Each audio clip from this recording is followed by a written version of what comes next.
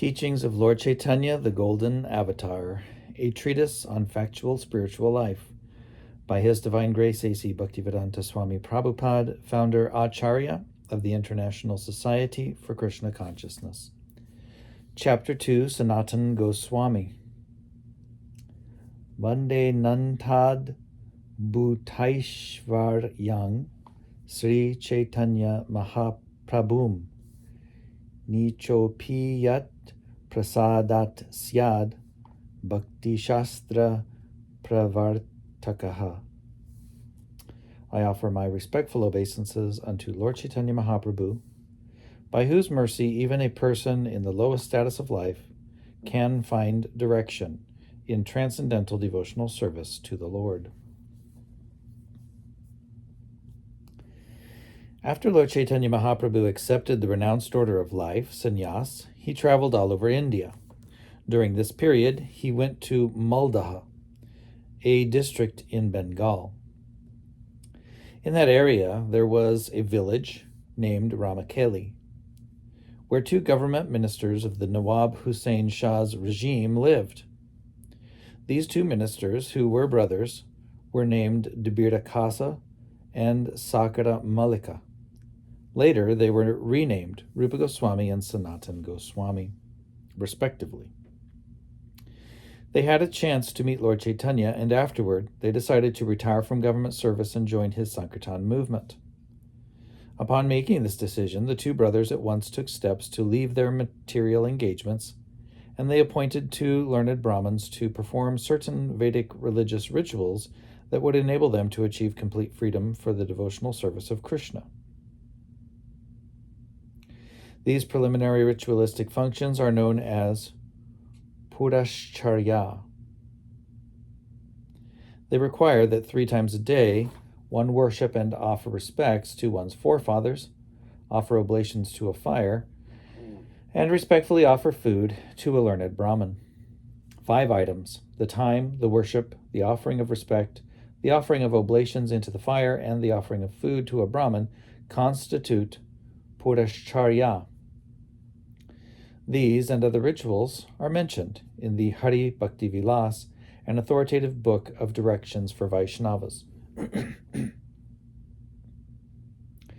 After arranging for the performance of these religious rituals, the younger brother, Debira Kasa, Rupa Goswami, returned home with an immense amount of money which he had acquired during his government service. The silver and gold coins he brought back filled a large boat. After arriving home, he first divided the accumulated wealth in half and distributed one part to the Brahmins and Vaishnavas. Thus, for the satisfaction of the Supreme Personality of Godhead, he distributed 50% of his accumulated wealth to persons engaged in the Supreme Lord's transcendental loving service. Brahmins are meant to understand the absolute truth, and once they understand the absolute truth and actually engage in the loving service of the Lord, they are known as Vaishnavas. Both Brahmins and Vaishnavas are supposed to fully engage in transcendental service, and Rupa Goswami, considering their important transcendental position, gave them 50% of his wealth. The balance he again divided in half. One part he distributed to his relatives and dependent family members, and the other he kept for personal emergencies. Such distribution of personal wealth is very instructive for all who desire to be elevated in spiritual knowledge. Generally, a person bequeaths all his accumulated wealth to his family members and then retires from family activities to make progress in spiritual knowledge. But here we find the behavior of Rupa Goswami to be exemplary. He gave 50% of his wealth for spiritual purposes. This should serve as an example for everyone. The 25% of his accumulated wealth he kept for personal emergencies was deposited with a Bengali grocer, since in those days there were no banks. 10,000 coins were deposited for expenditures to be incurred by his elder brother Sanatan Goswami. At this time, Rupa Goswami received information that Lord Caitanya Mahaprabhu was preparing to go to Vrindavan from Jagannath Puri. Rupa Goswami sent 2 messengers to get actual information of the Lord's itinerary, and he made his own plans to go to Mathura to meet the Lord. It appears that Rupa Goswami got permission to join Lord Caitanya, but Sanatan Goswami did not. Therefore, Sanatan Goswami entrusted the responsibilities of his government service to his immediate assistants, and he remained at home to study Srimad Bhagavatam.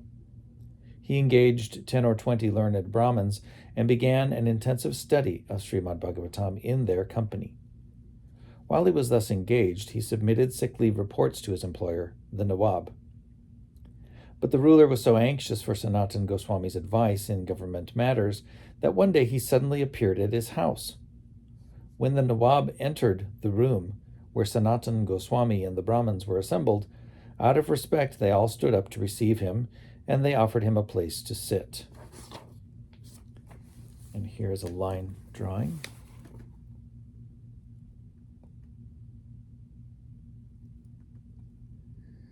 The caption says, Sanatan Goswami resigns from the government service of Nawab Hussain Shah of Bengal, 16th century.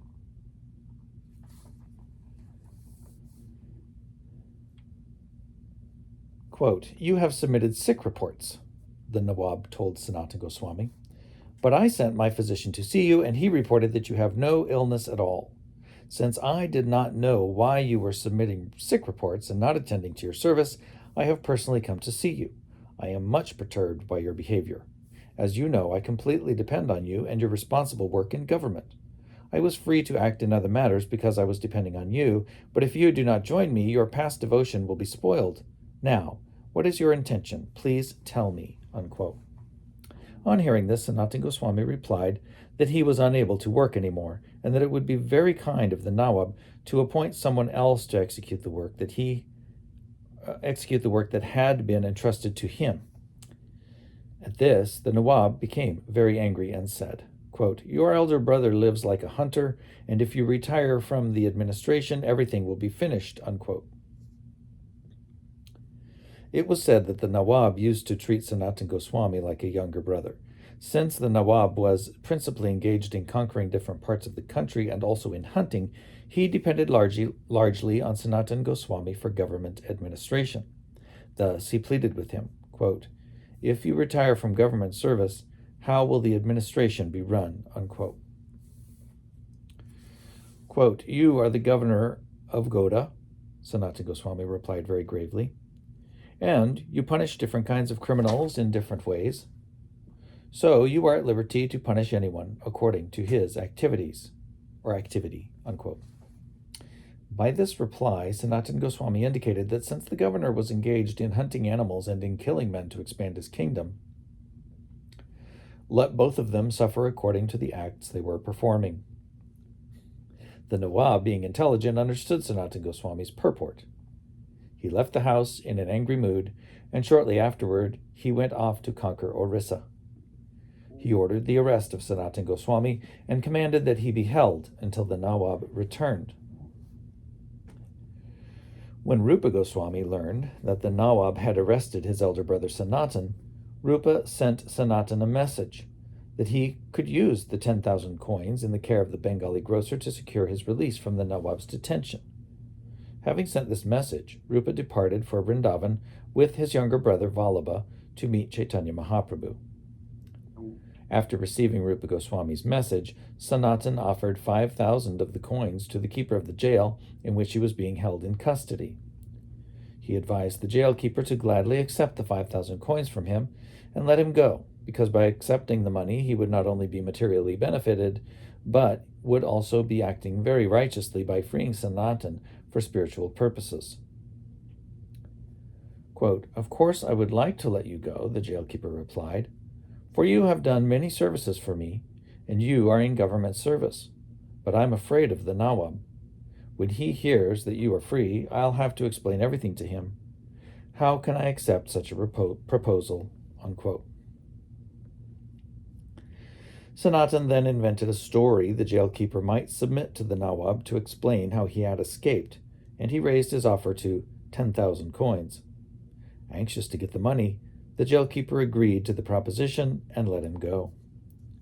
Sanatan then departed to see the Lord.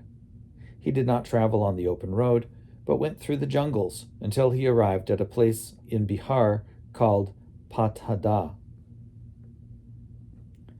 There he rested in a hotel, but the hotel keeper was informed by an astrologer employed there that Sanatan Goswami had some gold coins with him. The hotel keeper, wanting to steal the money, spoke to Sanatan with superficial respect. Quote, "Just take your rest tonight, and in the morning I shall arrange for you to get out of this jungle trap." Unquote.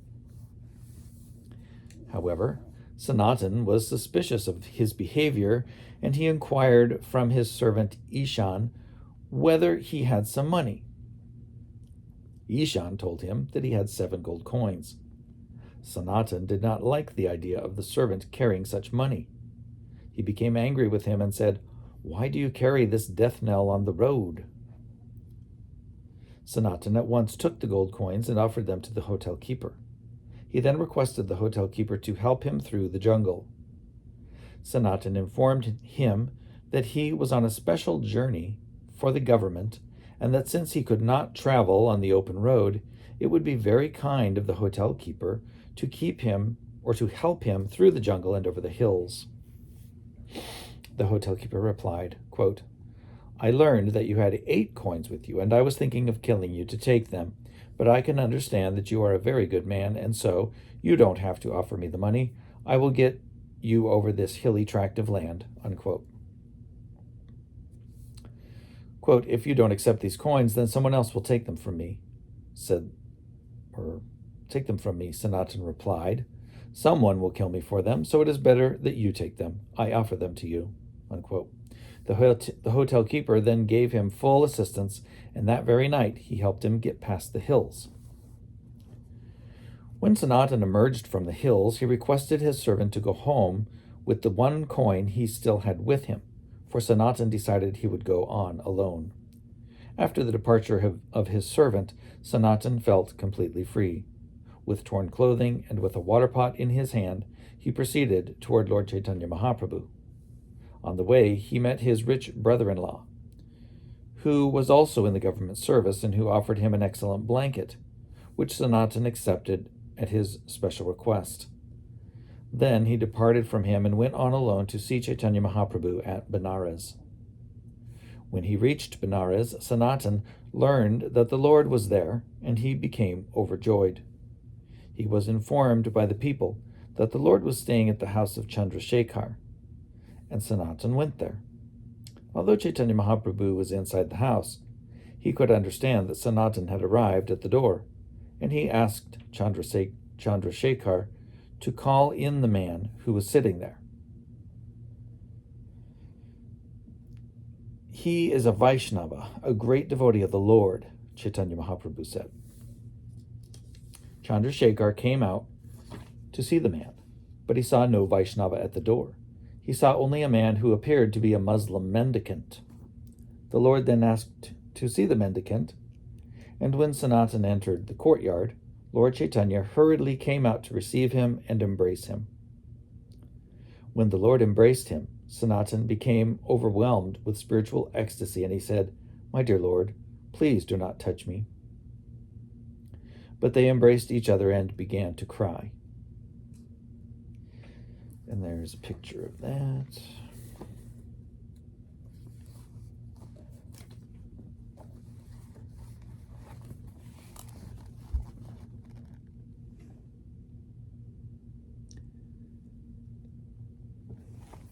The caption says, "When the Lord embraced him, Sanatan became overwhelmed with spiritual ecstasy, and they both began to cry."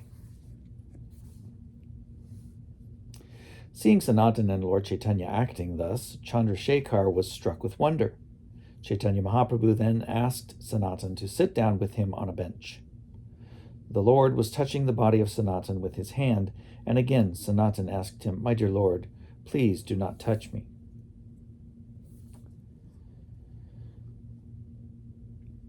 Quote, "I am touching you just for my purification," the Lord replied. "For you are a great devotee. By your devotional service, you can deliver the whole universe and enable everyone to go back to Godhead." Unquote. The Lord then quoted a nice verse from the Vedic literature, stating that a person who is a devotee of Lord Krishna and is 100% engaged in devotional service is far better than a Brahmin who is versed in all the Vedic literatures, but who does not engage in the devotional service of the Lord. Because the devotee carries the Supreme Lord within his heart, he can purify every place and everything. The Vedic literature also states that the Supreme Personality of Godhead does not recognize a non-devotee who is very learned in all the divisions of the Vedas, but he likes a devotee even if he was born in a low family. If one offers charity to a Brahmin who is not a devotee, the Lord does not accept it. But if something is offered to a devotee, the Lord accepts. In other words, whatever a person wishes to offer the Lord may be given to his devotees. Chaitanya Mahaprabhu also quoted Srimad Bhagavatam to the effect that even if a Brahmin was born in a high family and is qualified with the 12 Brahminical qualities, he is lower than the lowest of the low, if he is not a devotee of the Supreme Lord.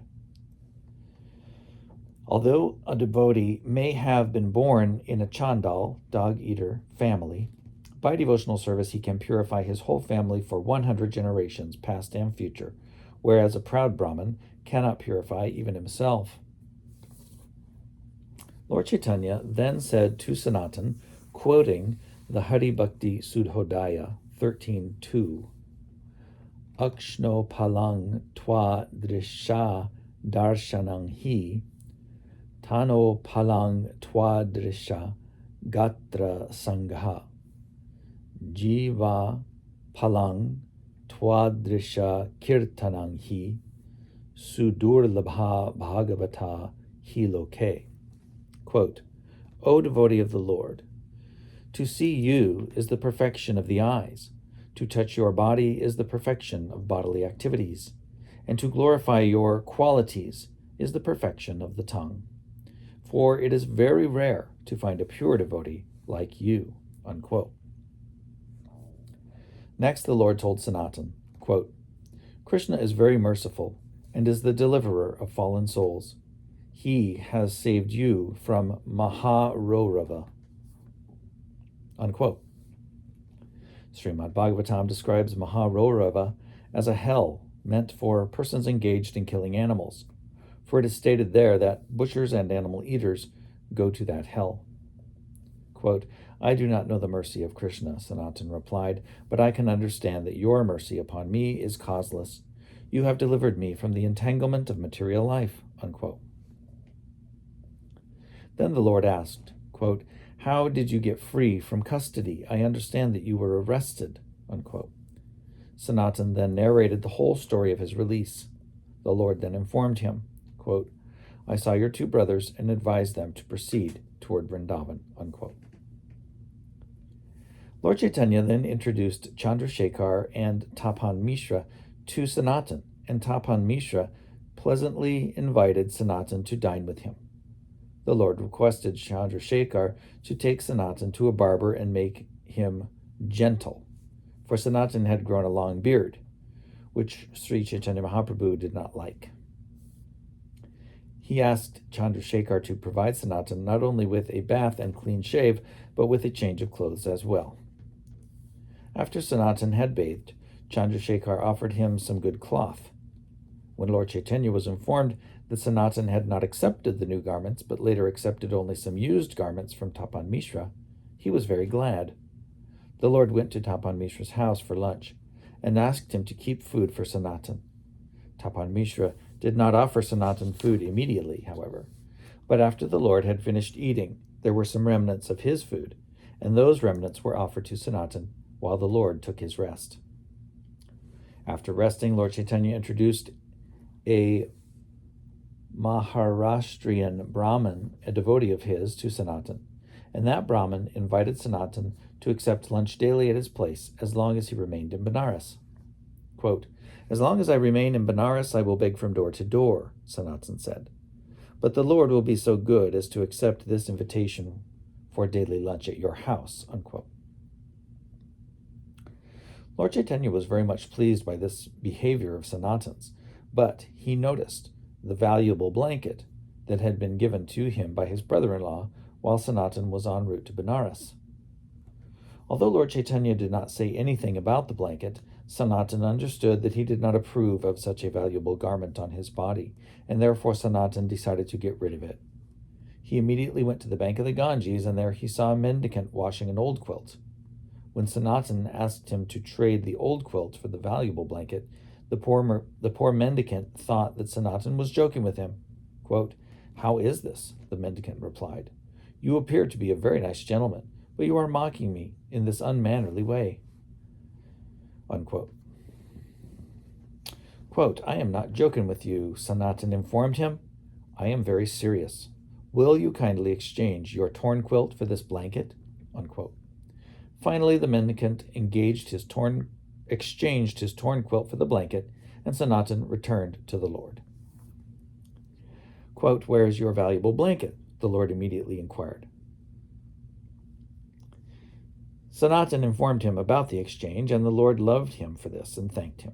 Quote, "You are intelligent enough, and you have now exhausted all your attraction for material wealth." Unquote. In other words, the Lord accepts a person for devotional service only when he is completely free from all material possessions. The Lord then told Sanatan, quote, "It would not look good for you to be a mendicant and beg from door to door with such a valuable blanket on your body. It is contradictory, and people would look on it with abhorrence." Unquote. Quote, whatever I am doing to become free from material attachment is all your mercy," Sanatan replied. The Lord was very much pleased with him, and they discussed spiritual advancement. Previous to this meeting between Lord Caitanya and Sanatan Goswami, the Lord had met a householder devotee named Ramananda Roy. At that meeting, which is discussed in a later chapter, Lord Caitanya asked Ramananda Roy questions, and Ramananda replied as if he were the Lord's teacher. However, in this case, Sanatan put questions to the Lord, and the Lord answered them. The instructions of Lord Caitanya to Sanatan Goswami are very important for people in general. The Lord taught him the process of devotional service, which is the constitutional occupation of every living entity. Because this is so, it is every man's duty to advance in spiritual science. Many subjects were thoroughly discussed in the talks between Lord Caitanya and Sanatan Goswami. Due to the mercy of Lord Caitanya, Sanatan was able to put important questions before him, and these questions were replied to properly. The meeting of Sanatan Goswami and Lord Caitanya teaches us that to understand spiritual subject matters, one must approach a spiritual master like Lord Caitanya Mahaprabhu and make submissive inquiries. This is confirmed in the instructions of the Bhagavad Gita 4:34, where Lord Krishna says that one should approach a man of authority and learn the spiritual science from him.